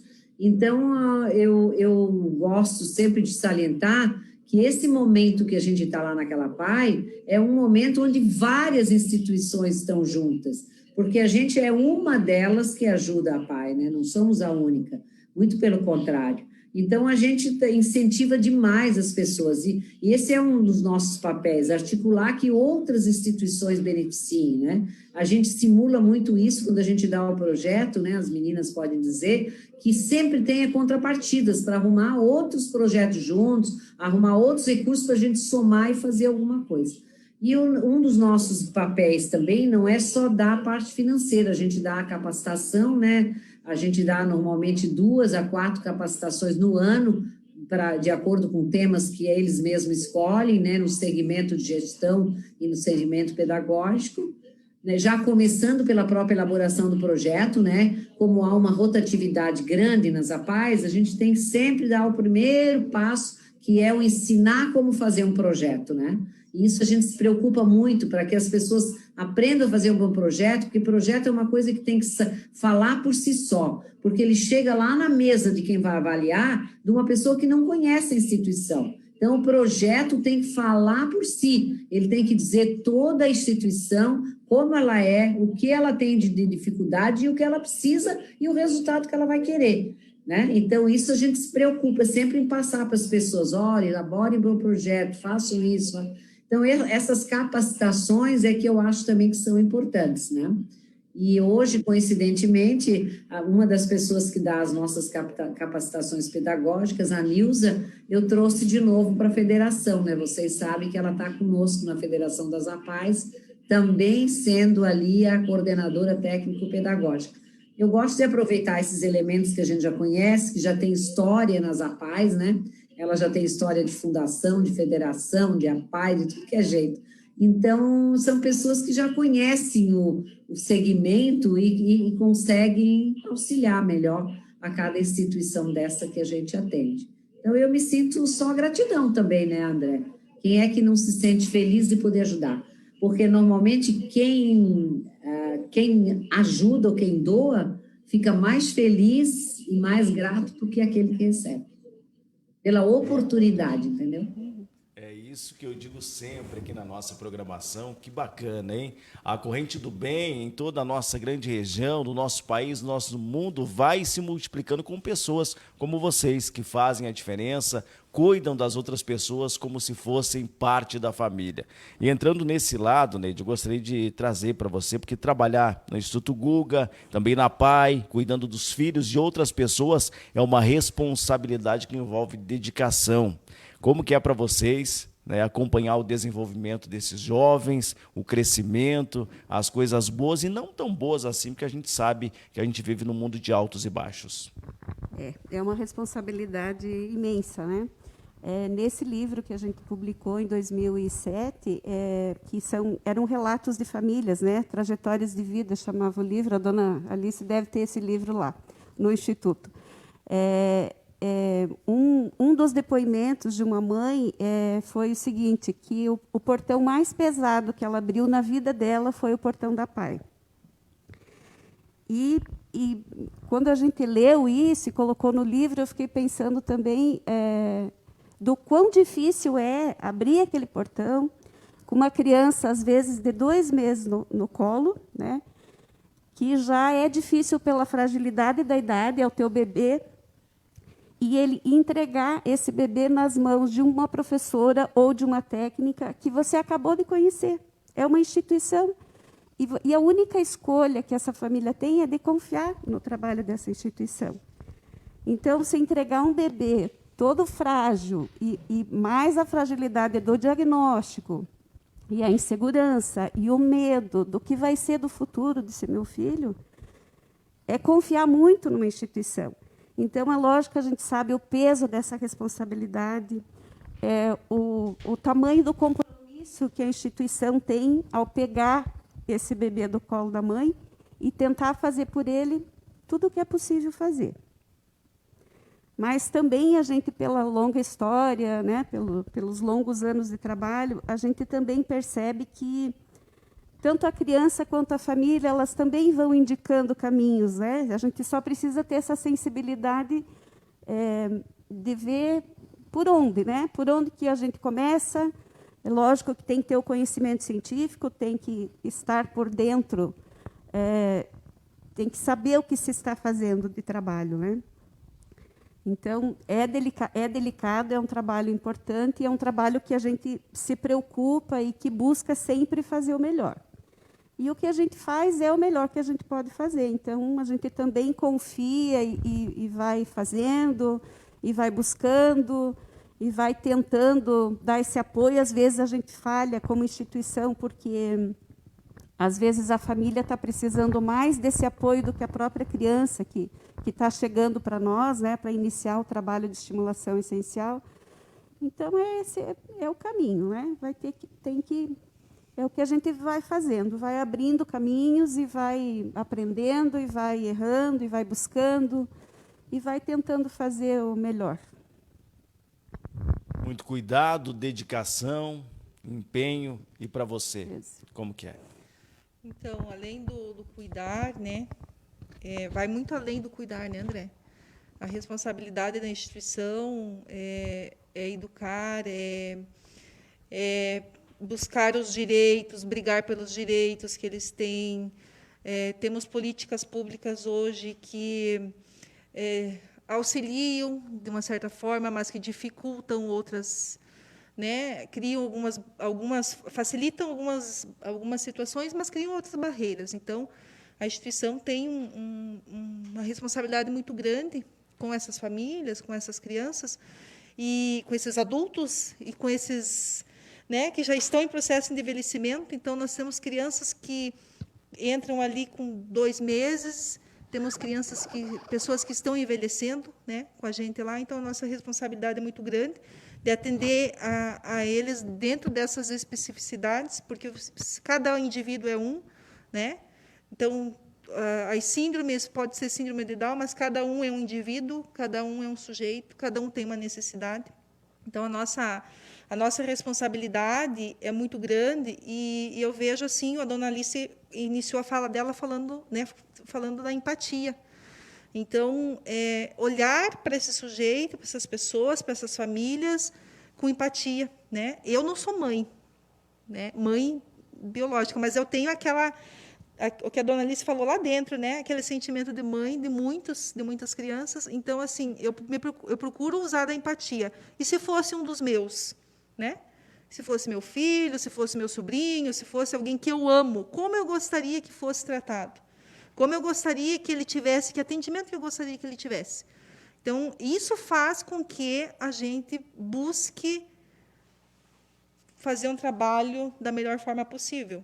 Nem sempre nós conseguimos. Como eu te falei, nós temos algumas barreiras, né, que impedem ainda que a gente consiga fazer o nosso melhor. O nosso melhor nós fazemos, mas que seja o ideal. Mas a gente tenta.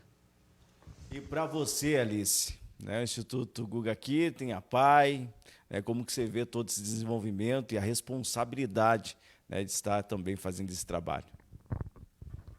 Eu queria só aproveitar o gancho aí, que ela falou muito de se colocar no lugar dele, né? Eu acho que isso é que falta hoje muito para a humanidade, sabe? As pessoas se colocarem no lugar do outro para ver o tamanho da dificuldade e o tamanho da possibilidade que você tem de ajudar. Então, aí é que está o grande elo, sabe? Porque você não pode olhar um lado só. Eu estou ajudando, mas será que ela quer? Será que ela não quer? Será que precisa? Enfim, te coloca um pouco no lugar dessa pessoa, né? Dessa mãe, dessa mãe que foi o portão mais difícil, mais pesado para ela abrir. Te coloca um pouco no lugar dela. Vê a sensação que ela teve, vê o que você pode facilitar, vê qual é o teu olhar em cima disso. Então, eu acho que eu sempre treino comigo mesmo. Às vezes eu quero julgar uma coisa rapidamente, eu digo, não, calma, te coloca no lugar da pessoa primeiro, vê como que você agiria, vê como que você faria para depois julgar. Porque é muito fácil, a gente julga muito fácil, né? A gente rotula muito fácil, e não é assim, né? Então, a gente tem que ter muito esse cuidado. E foi falado também ali que o quanto que a gente aprende, o quanto que cresce, porque são oportunidades que a gente está dando, são inovações que a gente está apresentando, né? Então, a gente tem que, o tempo todo, a gente está envolvida, aprendendo ou ensinando com a evolução daquela pessoinha que está lá conosco, né? Muitas vezes nos surpreende, muitas vezes a gente tem preconceito sem saber, a gente já rotula e diz assim, não, ele não tem condições, nem leva lá para testar. Eu me lembro de passagens com meu filho, que realmente a nossa família foi uma das que mais provocou a inclusão aqui em Florianópolis. Por quê? Quando o Guga começava a frequentar as coisas, eu só podia ir com o Guilherme. Então, o Guilherme que tinha que ter, primeiro, acessibilidade para a cadeira de roda. O torneio de Davis Cup aqui, o primeiro torneio que foi feito aqui, ele não tinha condição nenhuma para cadeirante. Aí o Guga disse, olha, minha mãe vai vir amanhã com o meu irmão. Se ele não tiver condições de subir, eu já nem jogo. Então, já era testado dessa forma. Então, assim, e eu sempre dizia para os pais, essa luta é nossa, gente. Não só cobrem dos outros, façam, vivenciem, vão lá, mostrem que não dá para passar, vocês têm que lutar, é uma luta nossa, nós temos que lutar por nós, ninguém vai lutar por ninguém, todo mundo, cada um tem que lutar, então nós temos que lutar, a gente tem que fazer com que as famílias lutem, e claro que nem todas podem, daí a instituição representa, a instituição ajuda, né? Mas a gente fazia muito isso, levava, e eu me lembro que quando a gente levava no clubezinho que a gente jogava, ele chegou a engatinhar, que foi uma glória, né, engatinhar, mas só quando era pequeno, porque depois fica grande, aí o peso do corpo já não permite. Aí ele engatinhava e, infelizmente, babava. Aí vinha uma outra criança perto, aí quando chegava perto dele, a mãe chamava, vem cá, vem cá, vem cá, não vai perto dele, né? Aí a gente tinha que ir lá explicar, olha, ele não tem nada contagioso, nada pega, é apenas babar, né? Vamos fazer o seguinte, vamos ensinar o teu filho a pegar um pedacinho de toalhinha, uma coisa, e limpar a baba dele, que aí não acontece nada, nem ele se suja, nem o teu filho se suja. Mas é um processo, e a gente tinha que entender, a gente tinha que se colocar no lugar do outro, o outro não conhecia, não tinha vivido essa história, e você só aprende vivendo a história. Eu tinha que começar pela minha mãe, a minha mãe era uma pessoa que, como meu marido, ela não aceitava muito a deficiência, e aí tu cuida, o Gui tá babando, não bota ali. Uma vez reformaram o prédio que ela morava, a entrada, e aí eu pedi para minha mãe, mãe, pede para eles fazerem uma rampa, é tão difícil eu subir o degrau com o Gui, imagina se eu vou pedir só para nós para fazer uma rampa, eu não vou pedir isso, tá bom? Aí eu disse, então eu peguei o telefone do síndico e pedi e ele prontamente fez. Em menos de 3 meses tinha 3 cadeirantes, um diabético amputado, um acidentado e o meu filho Guilherme. Então, a gente não tem essa visão preventiva, porque a gente não se imagina no lugar dele. Porque hoje, se você pensar, o que é uma rampa? Não é uma rampa para o deficiente, é uma rampa para todos. Então, se eu faço uma escada, eu faço uma rampa que pode todos, por que eu não vou fazer a rampa? A rampa não é só para cadeirante, é para cadeirinha de bebê, para cadeira de feira, é para tudo. Entende? Então, é essa visão do se colocar no lugar do outro é que falta muito. E aí, nisso é que a gente tem que fazer as coisas da sua luta, a sua luta para as coisas acontecerem. E elas falaram muito bem o quanto que elas lutam pelos outros, o quanto trabalham dentro das políticas. É uma eterna luta dentro da política pública, né? Pelos direitos. Né? O que é direito do cidadão? É só ter aquilo que é comum para todos. Se é escola, é escola. Se é saúde, é saúde. Entende? Se é banheiro, é banheiro. Eu sempre digo, não precisa ter banheiro para deficiente. Faz um banheiro para todos. Cabe deficiente, cabe não deficiente, cabe todos. Né? Então, a gente que preconiza, não, esse é para o deficiente, aquele é para o normal. Faz um só. Faz um já que serve para todos. Se quiser separar o sexo por higiene, tudo bem. Mas faz o normal. Ele é para deficiente e é para não deficiente. Né? Mas por quê? A gente começa sempre no normal, dito normal, para depois ir para os outros. Poxa, já faz uma coisa só para todos, né? Rampeia para todos, faz um banheiro para todos, não precisa fazer dois. Não tem espaço para fazer o do deficiente, então demole esse e botam ele direito para todos. Nós não queremos ser diferentes, nós queremos ser iguais. Né? O negro diz muito isso na cota. Eu não quero ser o negro da cota. Eu quero ser o aluno que pode entrar na universidade. Me dá essa condição. Me dá essa condição de estudar, de frequentar a escola. Então, as pessoas não querem exceção. Elas querem ser iguais. Para isso, a regra tem que se basear em todos. No que anda, no que enxerga, no que não ouve, não é verdade? Isso é que a gente precisa. Ser igual para poder ter os direitos. Que maravilha. Eu falei para vocês que a hora ia passar muito rápido, estamos chegando ao final do nosso bate-papo, mas antes eu quero aproveitar rapidamente, porque ela falou em direitos, as pessoas também têm os seus deveres, explanou vários assuntos aí da inclusão. Eu gostaria de saber de você, Alice, e também de vocês aqui da Pai de Caçador, como que está a inclusão no mercado de trabalho das pessoas com deficiência física. Não sei se começo eu ou elas, não sei. Eu só lembrei, o meu é muito rápido, porque eu acho que a elas cabe o maior papel, mas nós ainda estamos correndo atrás de cotas, na realidade, né? Não é um direito não é aproveitar o potencial de. A gente tem que reconhecer que tem pessoas que têm mais dificuldades, a gente tem que reconhecer os limites. Eu, por exemplo, no Guilherme, ele não gostava de ir ver garçom. Eu levava no restaurante, às vezes a gente ia comer um negócio, o garçom vinha, ninguém percebia, e de repente o garçom vinha com a bandeja, estava um nervoso nele, ele fazia assim, pof, lá ia a bandeja do garçom. Então, o que eu quero dizer com isso? Eu não fazia questão de o garçom ser diferente que o meu filho. Tem coisas que você tem que ver. O meu filho não gosta do garçom, para que eu vou levar ele perto do garçom? Levava numa mesa mais fora, primeira mesa da saída, onde ele não via tanto garçom. Eu não queria que o restaurante inteiro mudasse em favor dele. Então, essas coisas a gente tem que ver. Eu vou colocar meu filho no mercado de trabalho? Vou. Ele tem condições para isso? Aí eu tenho que ver. Ou a escola tem que ver. As coisas têm que se encaixar, entende? Ninguém quer direitos que não são direitos. São direitos e deveres que têm que se igualar. Então, hoje em dia, a gente ainda não tem um mercado apropriado, não tem pessoas preparadas para isso. Muitas empresas estão até se esforçando.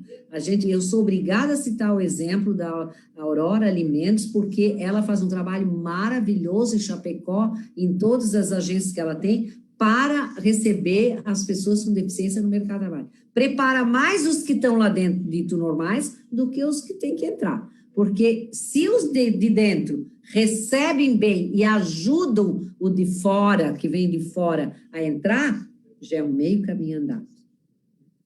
Só quis dar essa pincelada, não sei, as meninas podem falar melhor do que eu ali. Então, falando especificamente da APAE de Caçador, nós temos esse programa de preparação, qualificação e colocação no mercado de trabalho. E eu digo, assim, Caçador é uma cidade industrial, então a gente recebe muitas ofertas de vagas. E a nossa dificuldade maior é, como a dona Alice falou, nós trabalhamos com deficiência intelectual.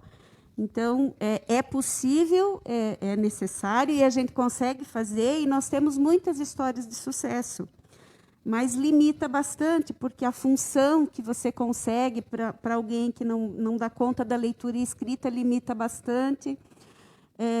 Mas também, por ser uma cidade industrial, a gente tem uma oferta muito grande de empresas, né? Então, a gente consegue fazer esse trabalho. E temos muitas histórias de sucesso. Hoje, a gente tem poucos alunos em condições de fazer essa qualificação e de ser colocados no mercado de trabalho. E o que a gente aprendeu ao longo do nosso trabalho é que não acaba quando você coloca ele no mercado de trabalho, porque a gente tinha isso como terminalidade. O aluno entra lá com 1 mês, 2 meses, e ele vai galgando, e tendo condição, ele passa pelo programa de qualificação, pelo programa de colocação, e aí encerra-se o trabalho da APAE. E a gente percebeu que esse trabalho não se encerra quando ele é inserido no mercado de trabalho, porque, às vezes, ele está muito bem adaptado durante 5, 6 anos, e aí ele começa a dar problema de relacionamento com os colegas, da medicação que não está acompanhada.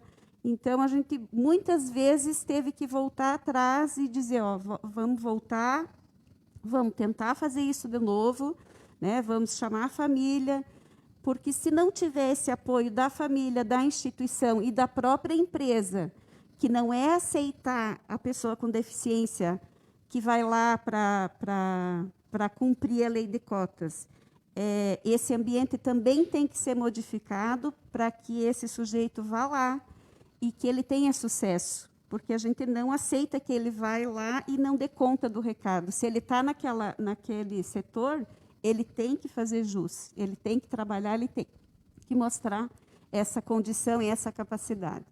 Então, é um processo que não acaba nunca, né? A gente diz, encerrou, agora a família vai administrar isso, e muitas vezes a gente teve que voltar atrás e refazer o trabalho, e chamar a família e pensar junto. Olha, então, de repente, esse setor também não é o que ele gostaria de fazer para o resto da sua vida, né? Então, vamos possibilitar que ele tenha outras possibilidades. Então, é eterno, né? Não é um caminho que se encerra aos 19 anos, colocou no mercado de trabalho e ele tem autonomia para o resto da vida. Às vezes, ele precisa dessa rede de apoio novamente, desse repensar. Silmara, gostaria de acrescentar alguma coisa?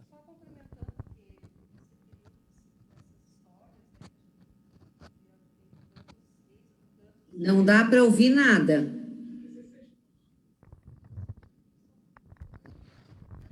Então, só complementando, nesse período, nessa história aí de colocação, né, dos alunos no mercado de trabalho, a gente teve algumas histórias significativas de ex-educandos que foram inseridos numa empresa, em determinado tempo, eles, por conta própria, buscaram outros caminhos, e hoje estão aí. Né? Então, tem os casos que a gente precisa retomar, mas também a gente tem aqueles casos que foram para frente, né? Que eles estão conseguindo viver a vida de uma forma de igualdade, como a dona Alice falou. Então, a gente tem várias histórias, né? E as empresas, a maioria delas empresas madeireiras que a gente tem, né, no nosso município, mas que a gente tem alguns casos de sucesso também. Perfeito. A gente está chegando ao final do nosso bate-papo, agradecendo demais esse último programa dessa edição da CDL Entrevistas. Agradecemos nossas convidadas por tirar um tempo aqui da APAE de Castor e vir trazer esse conteúdo para a nossa comunidade. Já gostaria que você deixasse também a sua mensagem final aí para a nossa comunidade, Neide. Então, como estamos na semana próxima ao Dia das Mães, e também essa live também já é em homenagem ao Dia das Mães, eu quero deixar um grande e caloroso abraço para minha mãe Maria, para a dona Alice e para todas as mães do meu convívio, especialmente para as mães lá da PAI. A gente só tem carinho, respeito e admiração e pede a Deus que proteja e que dê força, porque não é um trabalho fácil, né? A gente sabe o quanto é difícil para essas mães, o quanto elas precisam se sacrificar também para oferecer o melhor para os seus filhos. Então, só um carinhoso abraço para todo mundo. Agradecer, então, a CDL, a dona Alice, ao André, a todo mundo. Muito obrigada. Eu quero agradecer também, né, a Deus pela oportunidade que nós tivemos hoje, né, de estarmos aqui, de poder compartilhar desse momento, do convite que foi nos feito, né, pela CDL, e todo esse carinho também recebido, né, que nos receberam aqui nessa noite. Quero também já deixar o meu abraço aqui, representando a minha mãe, né, a dona Maria Beatriz, a dona Alice, como eu falei no início, representando todas as mães da nossa PAI, e agradecer mais uma vez, né, porque a gente poder falar da nossa instituição, a gente poder falar da educação especial, a gente poder falar das pessoas com deficiência, como a gente fala assim abertamente, né, sem nenhum preconceito. Então, eu quero agradecer ao André também pela condução dos trabalhos da noite e dizer que a gente está à disposição, né, sempre que a CDL também quiser fazer uma visita, conhecer nossa instituição, o pessoal aqui está convidado. E muito obrigada por tudo.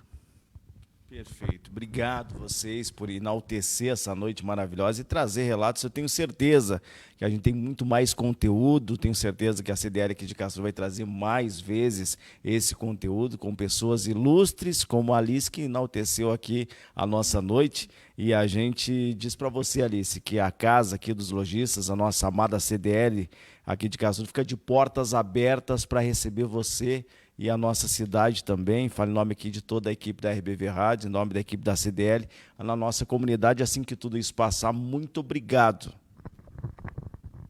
Obrigada, digo eu, obrigada pela oportunidade, né? Também queria agradecer a Deus por essa oportunidade, a vocês pelo convite, e parabenizar todas as mães e dizer que, volto a dizer que uma mãe, ela não quer ser homenageada porque ela é a rainha, porque ela é a suprassumo de tudo. Apenas respeite as mães pelo fato delas serem mães. Eu acho que isso é importante. Uma mãe quer ser mãe só, ela não quer ser a rainha do lar, sabe? Essas coisas todas que às vezes inventam. Não, a mãe quer ser respeitada pelo fato de ser mãe. E a mãe da pessoa com deficiência, se você quer respeitar e quer ajudar, se coloque no lugar dela às vezes, auxilie nisso, porque às vezes a mãe precisa de um momento para si, de um momento sozinha, para poder não ouvir os gritos de uma pessoa que tem espectro autista, que tem distúrbio de comportamento e algumas coisas associadas. Às vezes a mãe precisa de muito pouco que as pessoas não enxergam, sabe? Porque as pessoas não querem nem ver aquela situação. Então, isso que eu digo, se você aproveita esse Dia das Mães, olhe para a sua mãe, veja o que a sua mãe representa para você, o que você como mãe representa para os seus filhos. Então, a gente tem esses momentos para a gente refletir e pensar o que é realmente ser mãe, né? Valorize, parabenize, enfim, confraternize com essa mãe que está dentro de cada um de nós, e essa mãe que tem dificuldades, que tem alegrias, que tem glória. É tudo muito normal. Ninguém tem só glória, ninguém tem só tristeza. Tem um ditado que diz que tudo passa, tanto a alegria como a tristeza. Tudo passa. Então, vamos ser seres humanos com papéis de mãe, de pai, mas, enfim, vamos ser bons seres humanos, que essa pandemia nos faça ver essa grande qualidade que nós temos e somos, seres humanos. Obrigado, querida. Que palavra maravilhosa. Quero agradecer e parabenizar, em nome da minha mãe, a dona Paulina Aparecida Antunes Alves, todas as mamães aí pela passagem já no próximo domingo.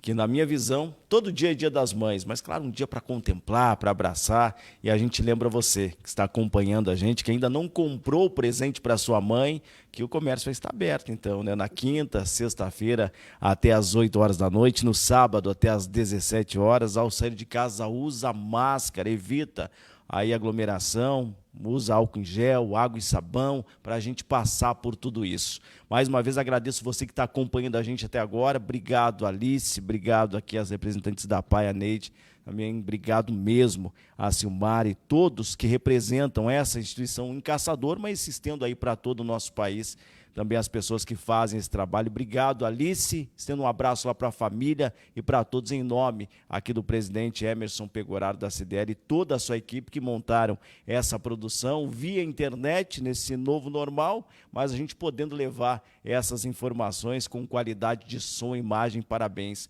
a toda a produção. Nosso muito obrigado e que Deus nos abençoe, porque se Ele fizer, Ele é Deus. Se Ele não fizer, Ele continua sendo Deus. Beijo, Alice, no seu coração. Um abraço a toda a família.